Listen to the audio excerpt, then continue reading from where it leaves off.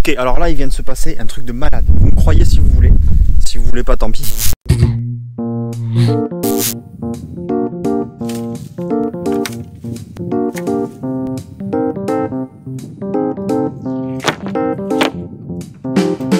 Bon, mais aujourd'hui on va faire le sol. On va faire exactement de la même manière que ce qui vient de se passer là. C'est-à-dire que je vais foutre les tasseaux à l'arrache et je vais foutre des morceaux de planche dessus à l'arrache. Allez.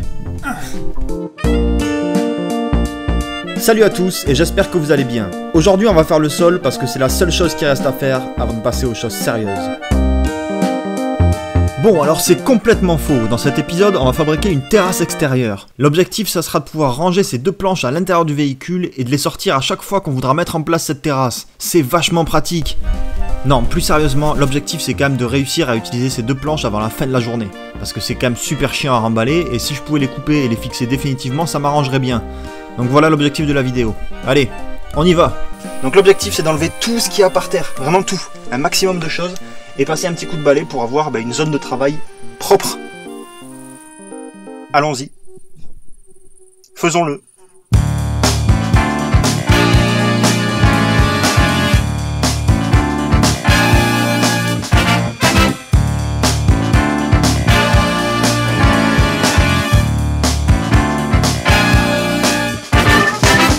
Waouh, il fait chaud. Bon, faisons un état des lieux du sol. Alors, le sol, il est plat.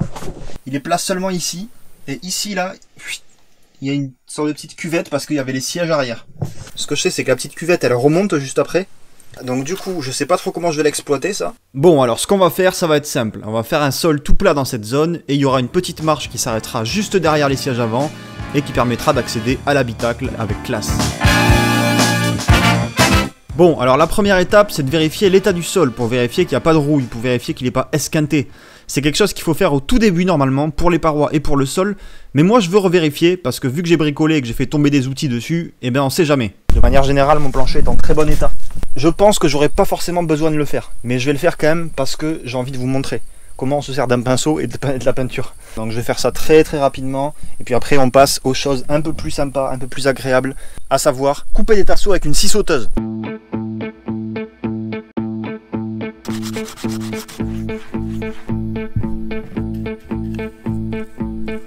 On veut du tasseau!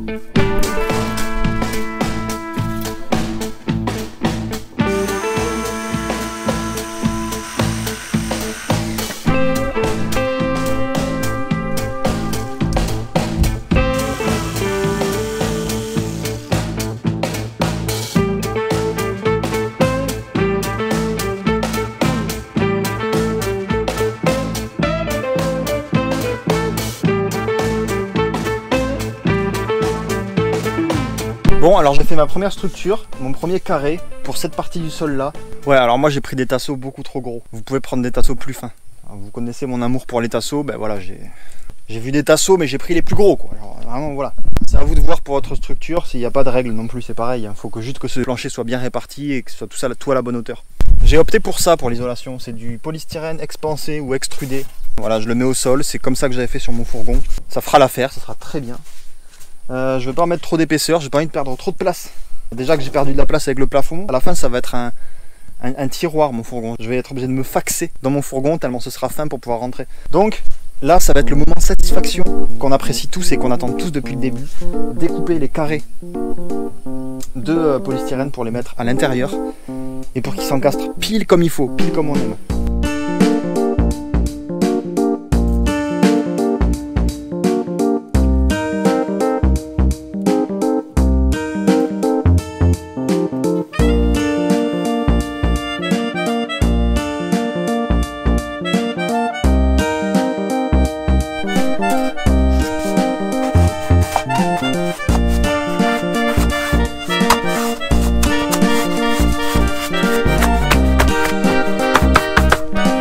J'adore, j'ai l'impression d'être un gamin. Le bricolage c'est revenir en enfance, hein. Sauf que bon, quand t'es gamin tu n'utilises pas une scie sauteuse quoi.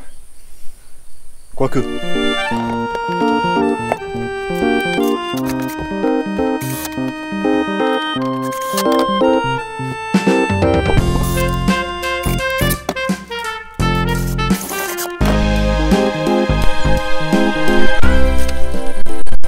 Eh ben franchement je suis pas peu fier de mon sol, je suis même plutôt fier.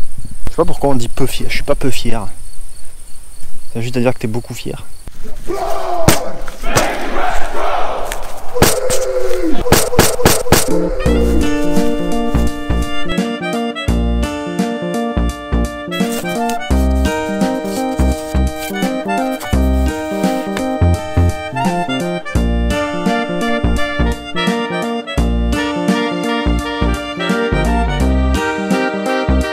Dès quelle heure là? Il doit être à peu près 20h 20h30. Et ouais, c'est la fin de la journée mon vieux. Et t'avais pas dit en début de vidéo que tu voulais utiliser toutes tes planches avant la fin de la journée? Parce que je cite, c'est relou à remballer. Et en fait voilà, on se rend compte qu'il n'y a pas tout ce qui... Il y a jamais tout qui... Ça se passe jamais comme prévu. Bon oui, ben c'est un échec messieurs dames, c'est un échec fructueux. Attends, quoi? Échec fructueux? Tu sais que ça n'a aucun sens, ça n'a aucun rapport avec ta phrase. Fructueux, c'est quelque chose qui porte ses fruits, qui te donne un avantage. Regarde le sol juste devant toi. Je peux dire que c'est pas du tout fructueux comme échec. C'est-à-dire que, eh bien, je n'ai pas eu le temps de faire le sol. J'ai même pas eu le temps d'utiliser une seule planche. Donc, je vais devoir tout ranger. Voilà. Tout ça pour tout redéballer tout de suite.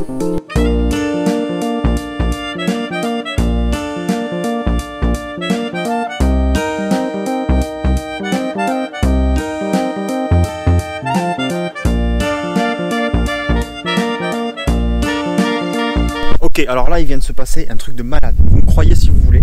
Si vous voulez pas, tant pis. Oh, c'est pas un truc de dingue non plus, mais la vidéo précédente que j'ai fait sur le teintage de vitres, j'ai parlé d'une aiguille pour percer les bulles, etc. Et cette aiguille, en fait, à la fin du tournage, je l'ai perdue. Je l'ai plus jamais retrouvée, en fait, cette aiguille. Du coup, bah, j'ai complètement laissé tomber. Hein. C'est pas très grave, c'est une aiguille perdue. J'espère juste que je vais pas me la planter dans le pied NC4. Et là, je déballe ma voiture. Je déballe tout ça. Je marche dans l'herbe. Et elle était posée là. Je l'ai vue grâce au reflet du soleil, elle brillait. Et c'est un truc de malade. Et les vitres, je les ai pas du tout teintées ici.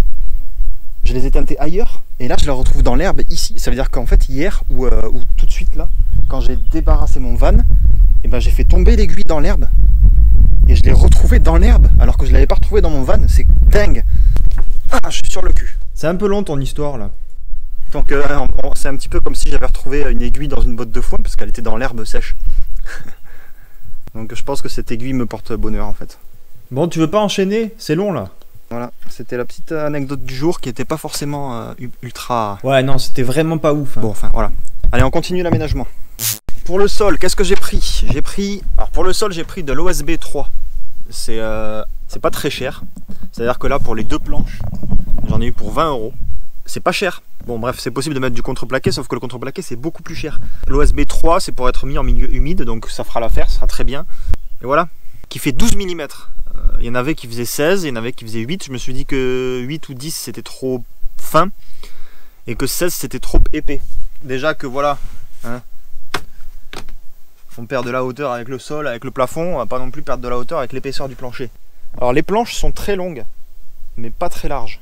Voilà, je vais les mettre l'une à côté de l'autre. De toute façon, je vais mettre un timelapse, donc vous allez voir plus rapidement, parce que ça va être long. Messieurs, dames, vous comprendrez que vu la taille démesurée des panneaux d'OSB, je me suis permis de troquer mon petit siège de camping contre le modèle au-dessus, la table de camping.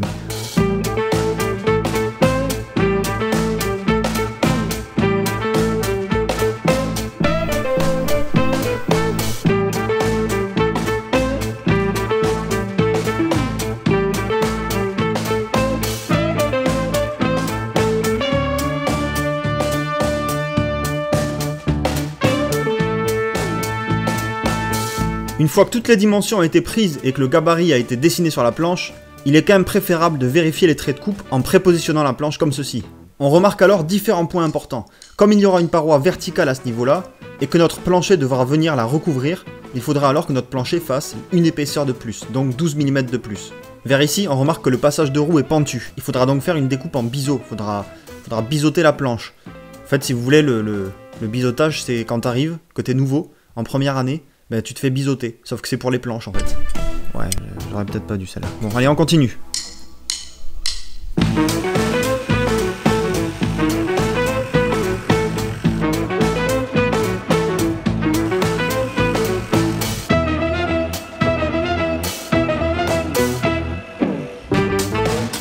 Ouais, alors j'ai aussi investi dans une équerre parce que jusqu'à maintenant je découpais mes angles droits avec des angles de planche eux-mêmes découpés par rapport à des angles de planche. Donc je pense qu'on commençait à s'éloigner du 90 degrés.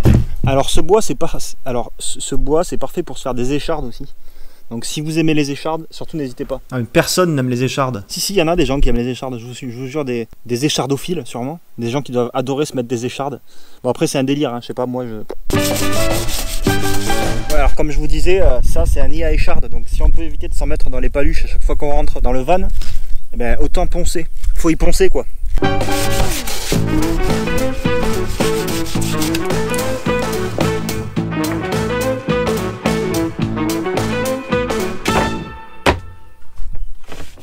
Content.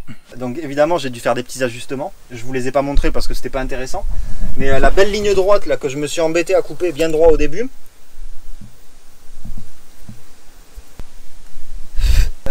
J'ai dû l'ajuster. Et voilà.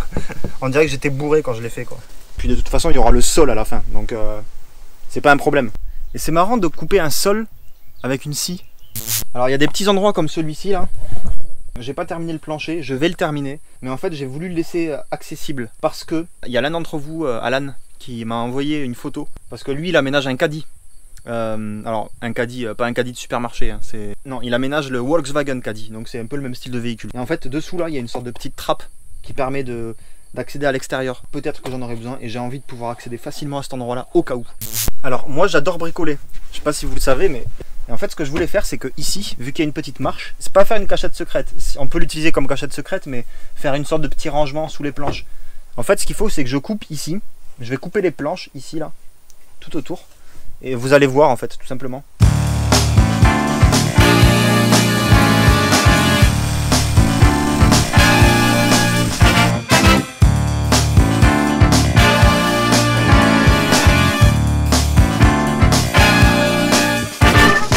Encore une fois je récupère les chutes, comme je le disais, je récupère les chutes de lino de mon fourgon et la grande chute qui me reste là elle fait pile la taille donc je suis trop content, c'est parfait.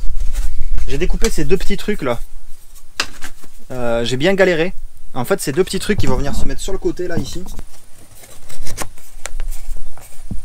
Ça prend bien la forme en bas là, je sais pas si vous voyez, et ça va être trop bien. Donc ça va faire une nouvelle petite cachette secrète.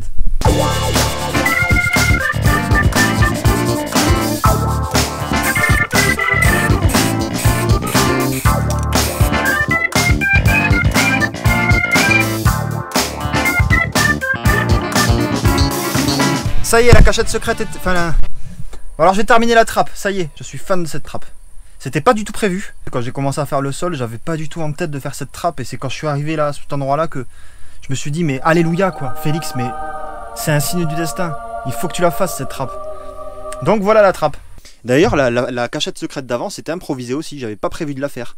En fait, c'est la créativité qui vient comme ça. Alors ici, après, ça va être recouvert par le sol. Et d'ailleurs, étant donné que vous n'êtes probablement pas abonné, je vous invite à le faire parce que comme ça, vous pourrez voir exactement à quoi ça ressemblera à la fin quand il y aura le sol. Et quand on ouvrira, tac, ça sera noir à l'intérieur. Et la trappe, du coup, elle est en deux parties. Et quoi? C'est quoi ce délire? Il n'y avait rien tout à l'heure. Excellent! Ça produit des tasseaux, quoi. Fais-moi apparaître au pif un balai. Non, mais c'est énorme, mais c'est excellent. Fais-moi apparaître, je sais pas, un truc de bricolage au pif. Mais génial, c'est excellent, j'en avais plus en plus. Super, attends, fais-moi apparaître un truc que j'ai pas. Une super nana nue. Waouh. Bon, alors voilà, ma trappe est géniale, j'en suis super content. Et en plus de ça, elle fait apparaître des choses. Écoutez, c'est surprenant. Et je vous promets que c'est pas un trucage, hein. C'est un truc de malade. Vas-y, un dernier truc, fais-moi apparaître un dernier truc. Alors, je sais pas du tout ce que ça va être. Excellent.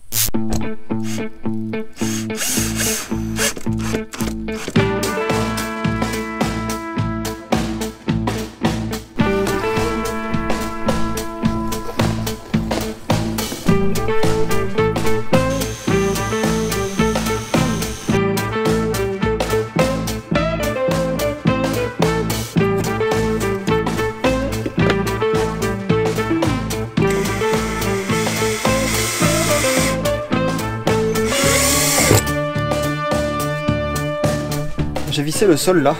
Là, j'ai réussi à faire une découpe parfaite, c'est-à-dire qu'il n'y a pas de jeu. Le problème, c'est que le plancher, du coup, il grince. Donc c'est pas terrible, hein. C'est chiant de marcher dans le fourgon et que ça fasse ce bruit. En fait, il aurait fallu laisser un petit jeu pour pas que ça touche l'autre bois et que ça grince pas. Donc voilà, pensez-y si vous faites des découpes. Bon, je vais être obligé de couper la moquette, hein. Voilà, ça me fait mal au cœur, mais comme dit le vieux proverbe pakistanais, coupe la moquette avant qu'elle ne te coupe. Voilà.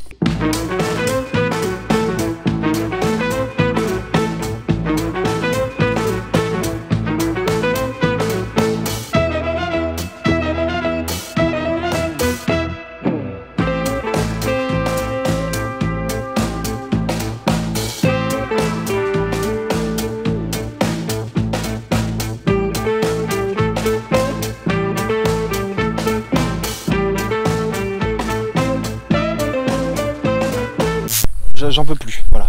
J'ai transpiré comme vache qui pisse et j'en peux plus. J'ai failli me noyer dans ma transpiration. Je vais vous montrer une petite séquence avec de la musique sympa et puis tout ce que j'ai fait. Et je veux que vous en profitiez pendant cette séquence dans les commentaires. Comment est-ce que vous verriez la décoration? Quelle peinture vous utiliseriez? Quel sol vous mettriez? Dites-moi dans les commentaires. Dans la prochaine vidéo, je ferai peut-être un sondage pour avoir votre avis. Bon, si cette vidéo vous a plu, je vous en conjure, mettez un pouce bleu. Et surtout, abonnez-vous, hein, parce que la dernière vidéo, il y a eu beaucoup de gens qui se sont abonnés. J'ai été surpris. Donc écoutez, faisons pareil pour celle-ci. Hein. Et puis en plus, ce qui est bien, c'est que si vous vous abonnez, et qu'un jour ça vous plaît plus, et bien vous pourrez vous désabonner. Voilà. Allez, à bientôt, portez-vous bien.